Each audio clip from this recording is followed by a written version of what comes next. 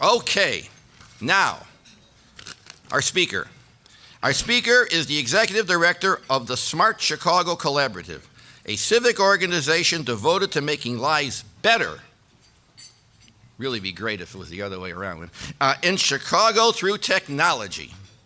Prior to Smart Chicago, he was co-founder of and people person for Every Block, a neighborhood news and discussion site.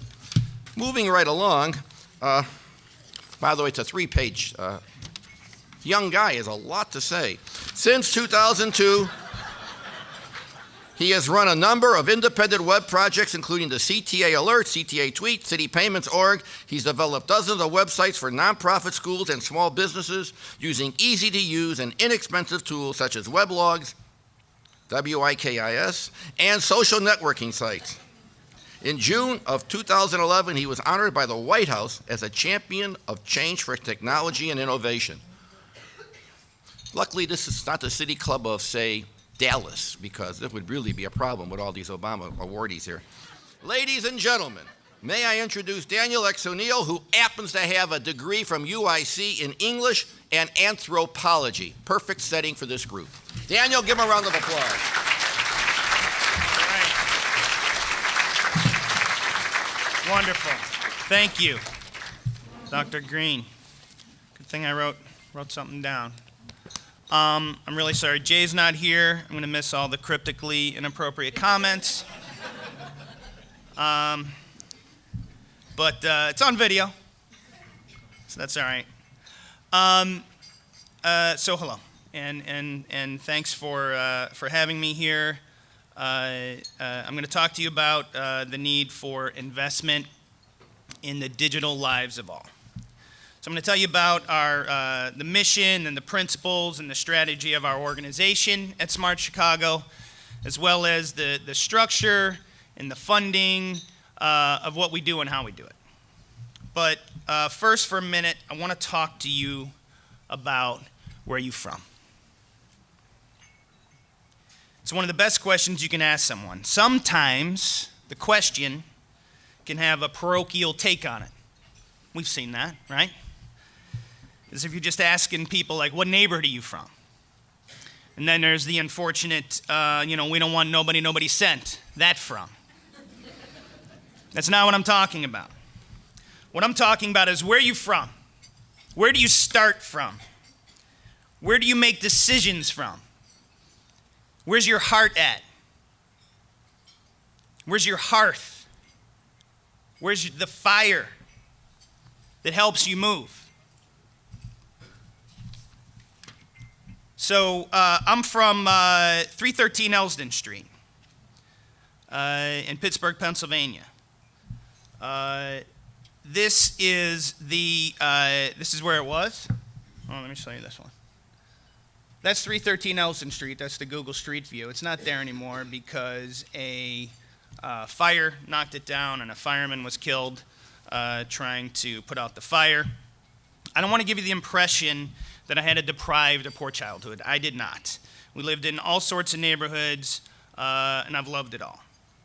3 of my brothers, Kevin, Michael, and Patrick are here, so they can, if you think I'm bullcrapping you can ask them, and they'll set you straight. But yeah, I'm from a place where, ball fields are overgrown with weeds, where Catholic elementary school was a savior to me. A place where service was central. Lastly, I come from poetry. I have written a few books of poetry and published them on the internet and in the real world. And that bio, yeah, I think you guys got that off the internet. They didn't send that over. There's infinite space on the internet. So that's why I talked. But I didn't send that. You probably found that over there. It's crazy what you see on the internet. But that's where I come from. That's the most important message I can give you. That's not what I'm, obviously. I have more important things to talk about. Let's talk about what I really want to talk about. The Smart Chicago Collaborative. Smart Chicago Collaborative is a civic organization devoted to improving lives in Chicago through technology. That's what we do. We're a teeny tiny unit run out of the Chicago Community Trust, a place they call the Garage, that was designed by Terry Mazzani to hold a bunch of goofballs like us and other collaboratives and funding things that we have over at the Trust. They do a lot of great things. I think you already know that. You don't need me to tell you that. We have anywhere from 5 to 9 full and part-time consultants at any given time, helping us to do all the work that we're going to cover today. We have just 3 employees of the Smart Chicago Collaborative. Me, Kyla Williams on the right, checking her phone. She's our Director of Operations. Sonia Marziano, our Project Coordinator. She runs a ton of stuff for us. We have a very deliberately light structure, and it works for us. We have dozens of people, and many of them here I'm going to talk about their work in organizations that we work with, but this is our core. And I'd be totally remiss if I didn't mention Christopher Whitaker, who is a longtime consultant for us. He does very important work, runs some stuff through the Code for America Regional Brigade for us. So pretty much every organization has a set of principles or a mission statement or some other blah blah that they put on their website and then forget about, right? We actually live by our principles, and I repeat them at the start of every meeting. They're part of every decision we make. Our principles are technology, open, everyone in Chicago. And I want to run through these with you so that we can understand each other. You can see where I'm from. Everything we do relates to technology. We are of and about the internet. But most of all, we believe in the transformative power of the internet to make things better and to build the economy for all. And we view this as a simple matter of equality and equity and justice. It's really not complicated. So we're open.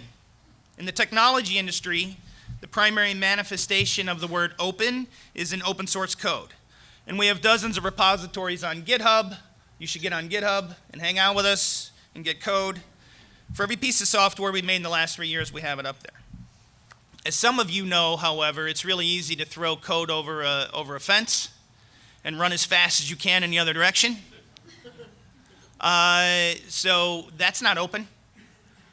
We support our code, and I put my phone number on I don't know, I got on probably about 70 or 75 websites, my cell phone number. I love answering my phone. Don't call me right now, I'm busy. But call me. I like answering my phone. So we get a lot of calls about our code, and we answer the phone. We support them. We support them for all comers. But being open means more than using a particular software license for your software. It means truly being open to others. Having open processes so that people know what you're doing, how you're doing it, and how they can affect what you're doing. Open minds so that we can actually change our entire way of doing things if we discover it from someone. This is really hard. It's hard to develop methods, and it's hard to open yourself enough to receive this. This is about allowing others in, wherever in may be. There's lots of ins. This is one in, isn't it? Wherever it is, we try to make ways for people to come in because we have to. This is the value of listening to people and asking them, where are you from? I'm relatively new to philanthropy in the world of nonprofits here in Chicago. I've seen a lot of organizations that gain strength and efficiency from a laser focus. So that can be geographical or all about age or about a particular activity type. At Smart Chicago, because our work is rooted in technology, our focus is on everyone. We've seen that there's a great value in the network. The network, the aggregation of humanity and human attention, is in fact a great creator of corporate valuations, if not actual value. Snapchat, a photo messaging application developed in California, is worth about $10 billion.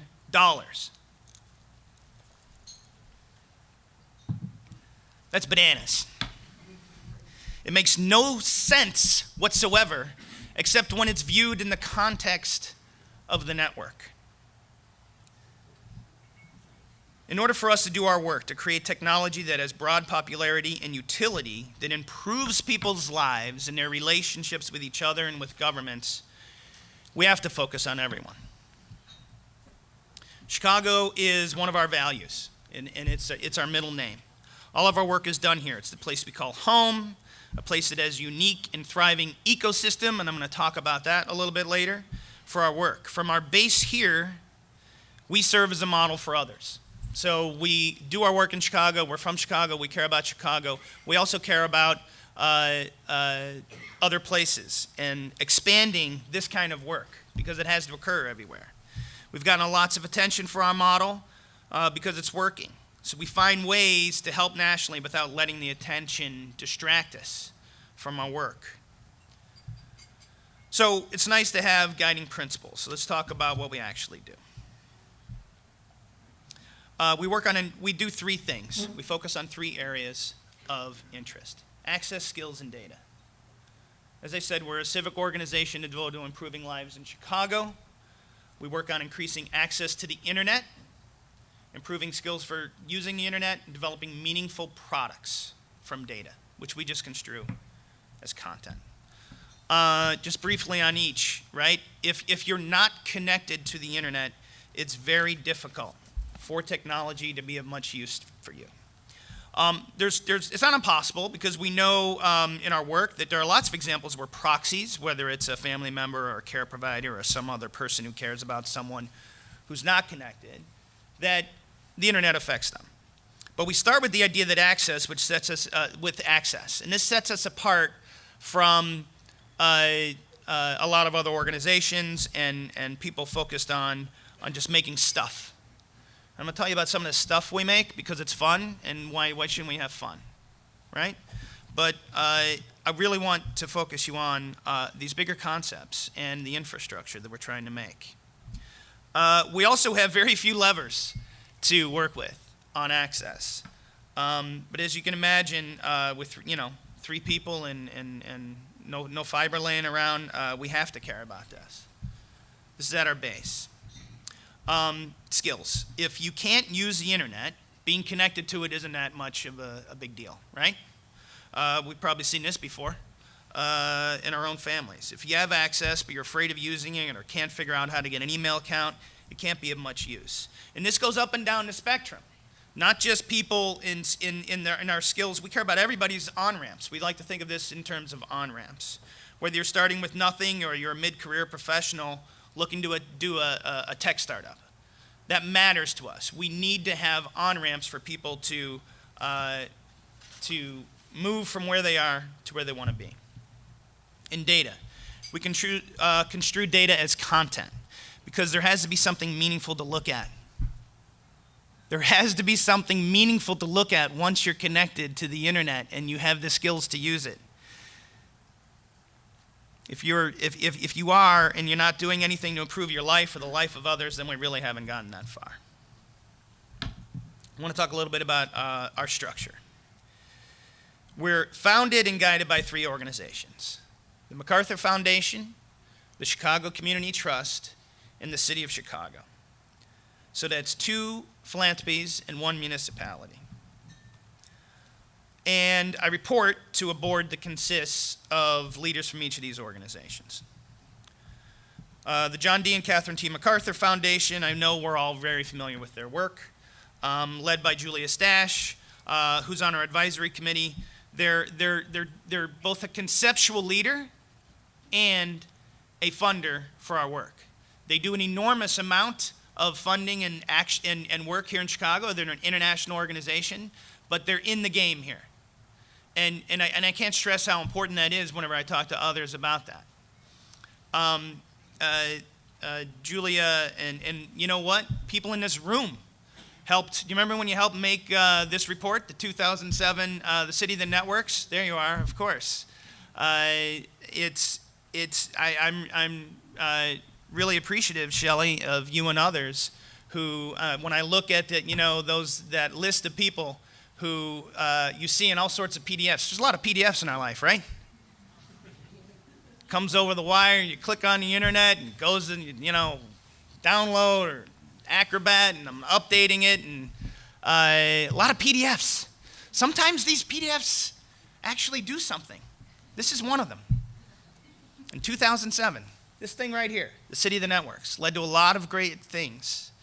We're going to talk about some of them. So I really appreciate that, both of those pieces.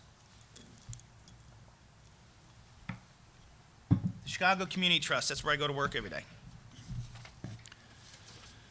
They provide housing, right? It's where I go to work. It's in a space designed by the CIO, Tom Irvine, who's on our operations committee. As many of you know, having worked with the trust, I can't imagine there's many people in this room who haven't been affected in some way by the Chicago Community Trust. They're the best fiscal managers anywhere, which can often be, that's a great phrase, but that can lead to some scrutiny. I appreciate that, because I'm just some guy hanging out on the internet. Who wants to hang out with me? Nobody. But then you got the, Chicago Community Trust, and people know what they're doing, and it works out pretty good. Frank Suhu, Mark Finke, they're really important to our operation. They help us quite a bit with finances and spending and stuff like that. We're working with Susie Connor on a jump drive for youth affected by incarceration. We're starting even further to deepen our work inside the actual work of the trust. And of course, Terry Mazzani, who oversees the trust, he's on our advisory committee, and he's in charge of every dollar that goes out of our organization. So we're really appreciative. And it's another real serious component about what we're doing. Lastly, it's the City of Chicago. With all due respect to my colleagues in other units of government, the city is a pretty important policy lever in the region, and they're a critical partner for having impact and getting things done. I've learned that when our technology directly engages, and I'll show you some of these projects, the ones that directly engage with city services, that directly engage with a process or a procedure or a technology inside the city, those are the ones that make the most impact. Because otherwise, again, we're just some goofballs hanging out over here. It's this connection. It's actually getting into it. Brenna Berman, the CIO and the Commissioner of the Department of Innovation and Technology, is on our advisory committee. And I know, as you mentioned, Dr. Green, we're going to hear from Brenna soon, later this month. I really look forward to that. It's really worth noting that Brenna is carrying on the work of, the great work of two men. John Tolva, who's here at this table, and who was the first city member of the advisory committee of the Smart Chicago Collaborative, and has done an enormous amount, had an enormous amount of focus, impact on our focus. So that's one guy. The other guy that she's doing the work of is Brett Goldstein, who's spoken before you before. It takes a special person to roll up 3 C titles under her office. Of course, Tom Schenk, doing the work of Chief Data Officer, is inside Do It as well. All of these titles rolled up under Brenna Berman. You don't even have a Twitter account. Believe this? This day and age, you could do that. It's amazing. Wow. All right.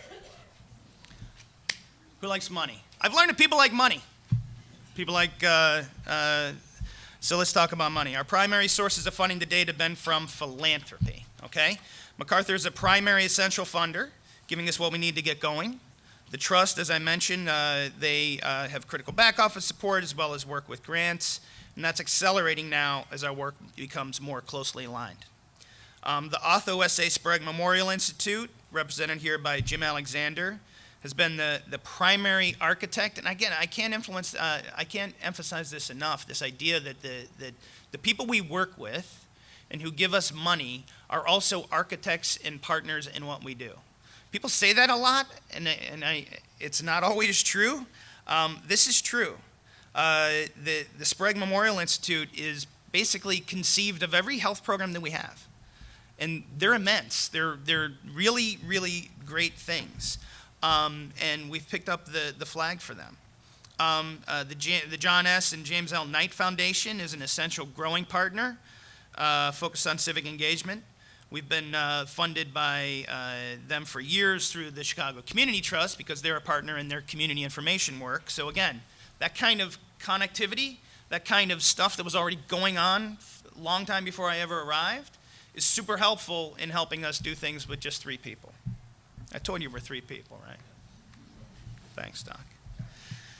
I've personally been a part of the Knight family since 2007 when they funded my colleague Adrian Holovati for the Every Block project, Every Block. So we also have a relationship with Cook County, with Simona and President Preckwinkle to do open data work. We have a contract whereby they provide some revenue, and then we add money to it, and then we hire someone to do their open data work. And that's my biggest mistake so far today. You know, you have that fear that you're going to forget somebody. Friggin' Josh Kaloff. Why didn't we invite Josh? Where is he? Josh, I know you're out there in the video. I'm sorry. We should have had him come. What's the problem? Josh, he's wonderful. Anyway, it was a mistake. You know, you get the list. It's fine. You're wonderful, Josh. If that's my biggest mistake, I think we're okay. Is there someone else? No, hold on. All right. So he was able to start his own consulting business. These relatively small dollar efforts lead to big results and spark creativity through data. So as you can see, we function as sort of a tech development outfit. All right? What we've discovered in life is that people value technology. So that basically is our fundraising strategy, for lack of a better term. Okay? It's kind of crazy. It kind of makes sense. Do things people value for a fair price in a way that allows you to keep the lights on, and you can keep going. It's actually worked pretty good. It's what I've been doing throughout the course of my career as a web developer. I mean, a web strategist. I actually never made anything. I can make WordPress websites though, and it's been working. So let's talk about the work. Before we talk about any specific projects, I really want to talk about this infrastructure stuff, okay? First, a couple things that we do. And you're open, by the way, to fill out a form if you have a website. If any of these programs sound good to you, hit us up, okay? First is our Amazon Web Services account. We host dozens of apps for civic hackers at a moment's notice and for as long as they want. Steve, you got something running on there. Steve Vance, right? This guy's got a couple apps running on there focused on the built environment and building permits and construction activity in the city of Chicago. And you filled out a form. We host that form every month, no problem. Take a look at the bottom of any cool civic app that you like and happen to see, and very likely you'll see the phrase hosted by Smart Chicago Collaborative. This allows us to be helpful at the moment of inspiration, eliminating stoppers, encouraging innovation. It's been a very successful program for us based on the fact that the bill keeps going up every month. That means that it's working.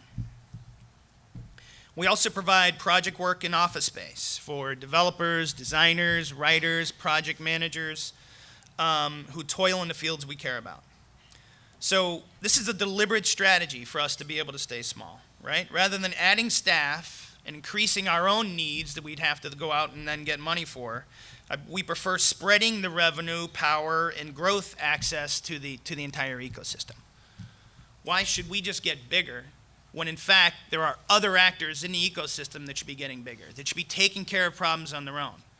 We shouldn't exist. The Smart Chicago Collaborative shouldn't exist, okay? It's dumb that we exist.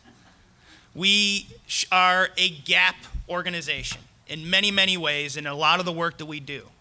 We're just filling in little gaps. So we have to remember that all the time, because you could be tempted to think that you're more important than you are, because we're just not that big of a deal. So we're founding tenants of 1871, going back to May 2012. We've helped jumpstart a half dozen companies there and have places, put a lot of creative people in that mix. If you've ever attended OpenGov Hack Night there on a Tuesday, you've received the benefit of that relationship. This is our role, okay? To be helpful, to provide infrastructure, and be quiet about it.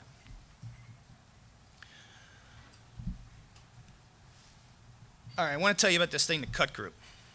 Anybody here remember the Cut Group? Raise your hand if you remember the Cut Group. All right. Everybody here should be a member of the Cut Group. The Cut Group. Matt, you remember, right? The Cut Group is the Civic User Testing Group. It's a new model for user experience testing, digital skills development, and community engagement in civic tech. We have more than 800 people in the city of Chicago, all the way up and down, the entire spectrum of this city. That in every ward, in every community, we have a significant amount of people. We give them $5, a $5 Visa gift card, just for signing up. And we don't ask them any crazy questions like how much money do you make or what's your educational level. All we want to know is what device you use to connect to the internet, what's your secondary device to connect to the internet, how do you connect to the internet, broadband or broadband at home or public computer center. And then we ask 2 screening questions just for the heck of it. Did you vote in the last election? Have you ever called 311? Have you ever called 311? Raise your hand. Wow, it's good. People like 311. I've noticed this. People call 311. It's good.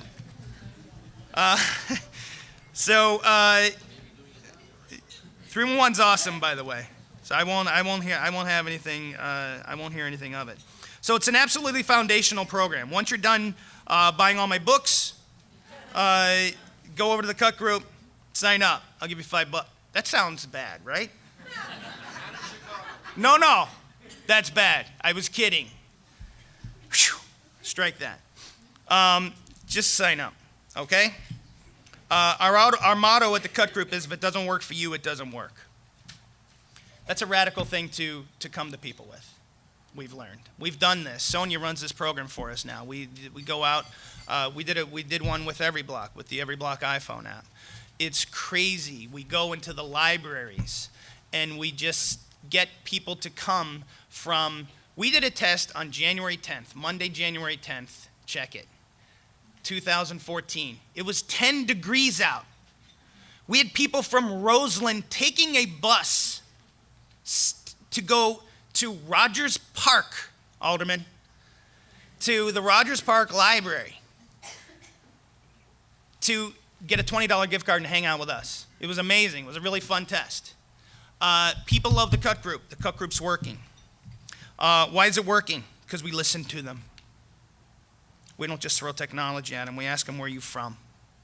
And they tell us.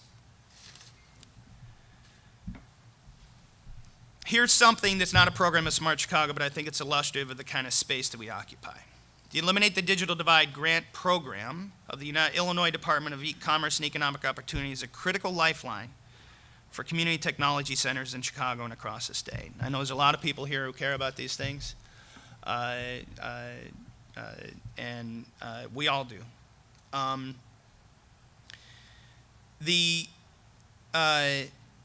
That program has awarded more than $14 million to community technology centers inside the city limits of Chicago since 2007. Quietly. Too quietly. It's critical that we align those funds with other great things that are going on in the realm of digital skills development. This is something that Danielle Demare, a director in Brenna's department, has been working on for years and years. She's been tireless in our efforts to get robust policy aligned with all funding sources. We're getting there. We have to think about this in a strategic, focused fashion. We're getting there, but we need your help. Another infrastructural project, I'm just going to mention this again, is the Cook County Open Data work. We work directly with the CIO, Simona Rollinson, on this. We all rely on the leadership of President Preckwinkle. But let me put a fine point on this. With very little money, we're able to seed the tech industry with new actors working with emerging tools that allow for the greatest fluidity of data across the ecosystem. These are fundamental projects that benefit people other than us across the ecosystem. All right, let's talk a little bit about software we've made, and then we'll wrap it up. we do a lot of project work, and we consider this stuff to be infrastructural. You'll see how this all relates. We have an actual philosophy. We have a software philosophy. Our software philosophy is to make the smallest amount of software to create the greatest amount of benefit to the largest amount of people in connecting residents to their government, their institutions, and to each other. The key there is the smallest amount of software. Lots of well-meaning organizations can easily lose their way somewhere along that continuum. Let's take a look at a few projects. Foodborne Chicago. How you feel? It would be hours from now. I'm sure everything's fine. It's fine. Everything's good. I would never disparage the great Maggianos. We work with Dr. Shakir and his staff at the Chicago Department of Public Health to troll Twitter for instances of afraid food poisoning. I say we, but it's really Corey Neeson and Joe Olson, right? Two developers I met through a working group that Brett Goldstein started when he was at the city. Scott Robin developed the admin tool for this, which is used by Ride Mansour at the health department to reply back to people with a link back to our site, hoping to generate legitimate service requests. So, again, I said we, it's not we, it's these other people. We don't own this. There's so many people working on this, and it works really well. The site uses the Open 311 system created by the city with the help from Smart Chicago and Code for America to allow any authorized system to read or write directly to the service request system. This is infrastructure, but as you can see, it's also immensely intimate, reaching people right in their Twitter accounts. Based on a grant from the Knight Foundation, we've done some work to determine why people on the south side were less likely to file a service request than people from the north side. We did a cut group test, among other research, and found that people really consider Twitter, notwithstanding their settings on privacy and whether their tweets are protected, people consider their Twitter accounts to be private networks of communication. That was a real revelation to us. Except when you think about it for a minute, we all think this. When I tweet something, I hope that the people I know, I'm probably thinking of a particular person I want. I'm not talking about subtweets, but just, yeah. You want to reach people, right? It's the people that you know. That makes perfect sense. So, they thought we were intruding. They didn't know who the heck we were. We listened to them. We made some changes to the site, focus around making people understood that it was the city who would take action. And then we were simply just this little connector, again, performing that role, right? We're this little connector. And that the city would take action. It's led to a marked increase in submissions, and we're going to show that research soon. Asking people where they're from works. Chicago Early Learning is a great example of a site that we run, we own it, we operate it, but it's super helpful to the real agencies that actually do the work. Okay, I can make any website that pulls together all of the places where you can find your child's, find early learning options for your children. I don't run any of them. This is one of the problems we have is that developers and technology people think they're it. We're not it. It is them. The it is you. The it is the institutions and the agencies and 311 and the library and CPS and DFSS. They're the ones. We're just trying to create, again, the smallest amount of software that makes the biggest impact in connecting these people to these things. So it really, Mayor Emanuel has been a driving force in this website. And he's dedicated to improving, to providing this as a one-stop shop for parents to be informed.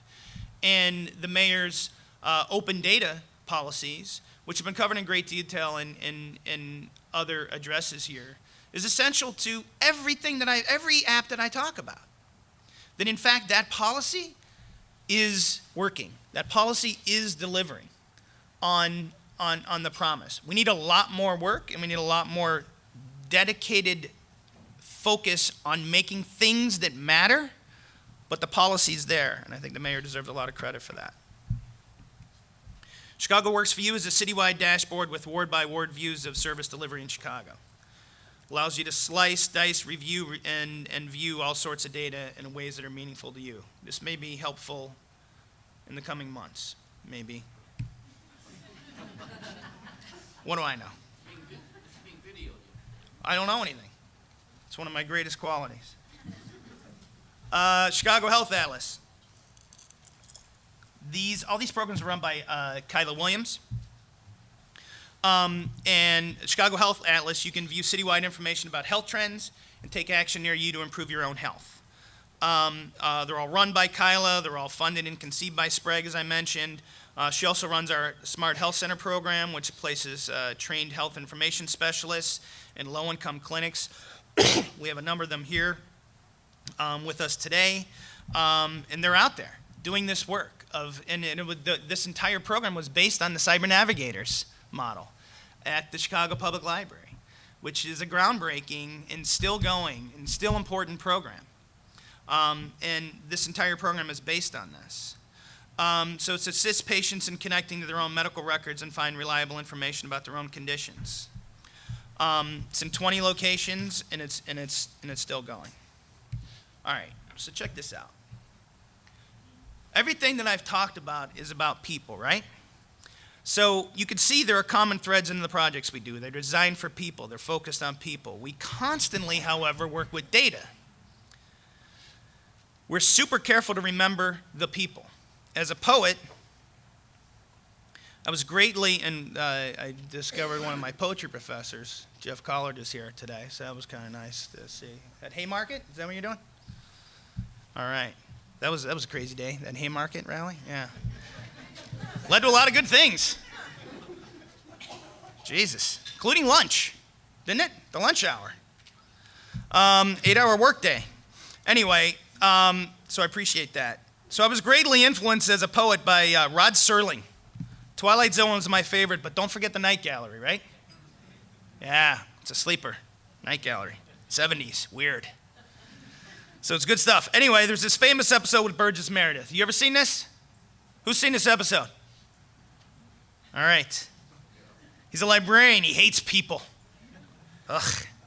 Wishes they were all gone so we could just read his books.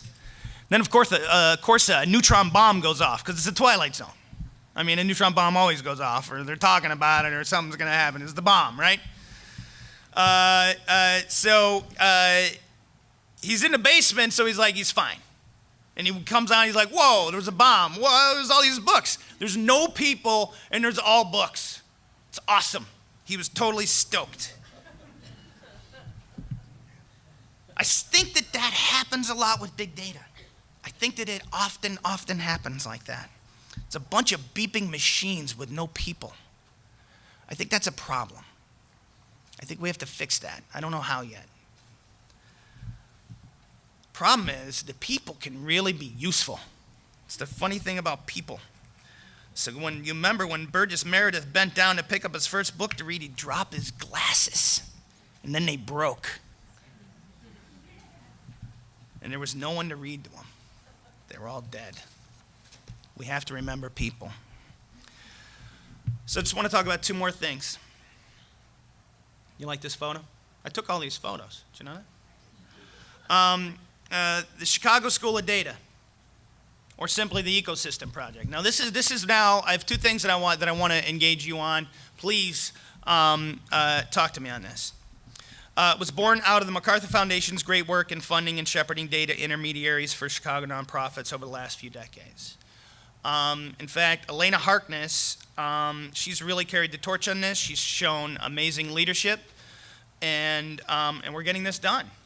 September 19th and 20th. That's coming up. Wow. The discipline of using data to make lives better in Chicago goes back at least as far as Jane Addams at UIC and her work in mapping tuberculosis outbreaks.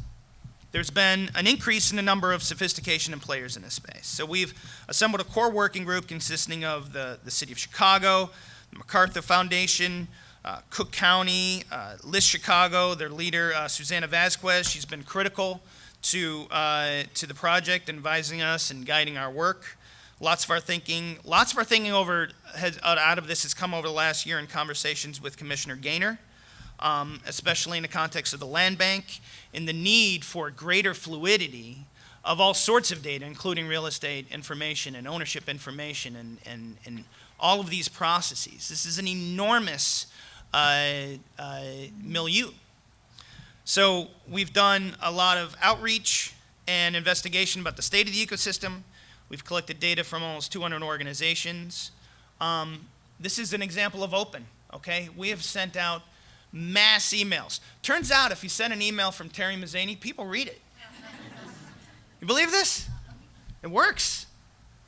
You wouldn't believe MailChimp? And there's like, open rate, 43%. It's craziness. This guy works. Data. You can learn a lot from data. Anyway, so we've collected data from almost 200 organizations, had deep conversations with more than 70 of them. We're having a conference. You're all invited. There's going to be a huge party, too. Parties are fun, right? The JW Marriott on the Friday night. You don't have to come to you could be sick at school that day and still come to the party. Remember that? It's like, I don't feel good, and then you want to go to the dance. Come on, you can't. It's poor form. Since I'm a graduate of DePaul College Prep, okay, along with my colleague Barry Rogers from the great North Side, although he moved on to other pastures, we know how to act, okay? You got to go to school, and then you can go to the dance or the Battle of the Bands or whatever it is. They still have Battle of the Bands? It's awesome. All right, so you can come to the party. If you have any inkling that what we're saying speaks to you, you should come. So all of this will end up in a book in 2015. So the last thing I want to talk about is actually the discussion of what I titled this address. We have a chance to make Chicago the most dynamic digital city in the world. The work that we do at Smart Chicago, the amazing work at the Chicago Public Library that Brian Bannon has been doing, where they provide public computing to everyone who, all comers, right?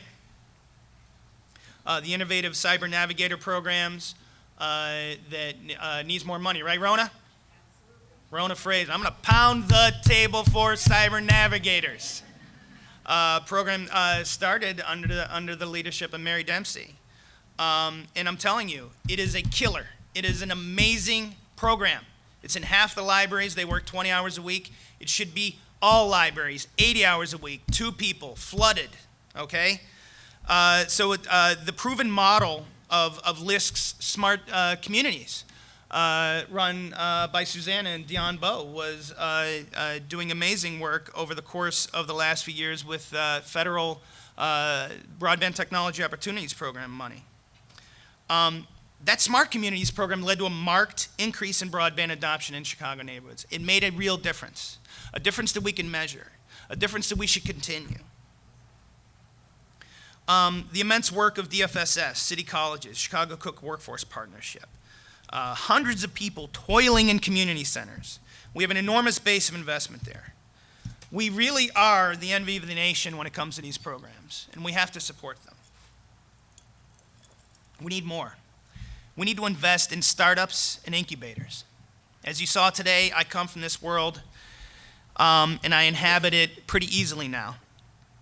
Yeah, we have to do that. But we have to care about everyone else on all of the on-ramps. We have to care as much about people getting an email account for the first time as we do the people who are trying to start email-based businesses. We have to invest in the digital skills of seniors at the same time we're recruiting seniors out of computer science programs at universities. We have to service people who need a resume to start their lives over as much as we do people who need capital to start a startup. No matter where you are, you matter in this city. Your digital life matters in this city. We need the power of the entire network, the entire city, the entire region, the entire state, the entire internet, to have the power of technology meaningfully affect the lives of residents. When I was a poet, I toured around the country doing performances and selling books. I had a shtick that I used. I'd show people my latest book and acknowledge that there are lots of perfectly good reasons why you wouldn't buy my book. And I was certainly okay with that. But I was certainly okay with that, but I would just ask them to give me the courtesy of telling me to my face that they didn't want to buy my book. And it worked, because it's kind of funny. It always got a laugh. I'd end up having great conversation with people who told me to my face. It's good. Tell me to my face that they would not buy my book. So all I ask when I leave this dais is that you tell me, where are you from? And we'll go from there. Thanks.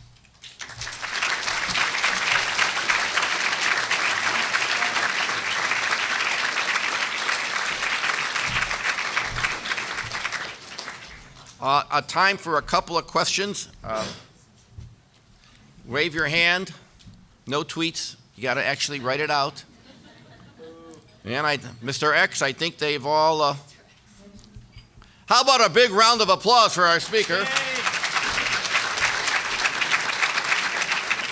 Oh, wait a minute. Hold your applause. We have a question, and it's a doozy. Build it up a little bit. Oh, by the way, Joyce Saxon, City Club Board Member, Mary Sue Barrett, Metropolitan Planning Council. A slight slip in my intros. Here's the question. Laura Lane, Partnership for a Connected Illinois. All these positive things, there's no... How can City Club attendees, well, this is a setup. How can City Club attendees invest in this work? The top 3 ways, each one 25 words or less.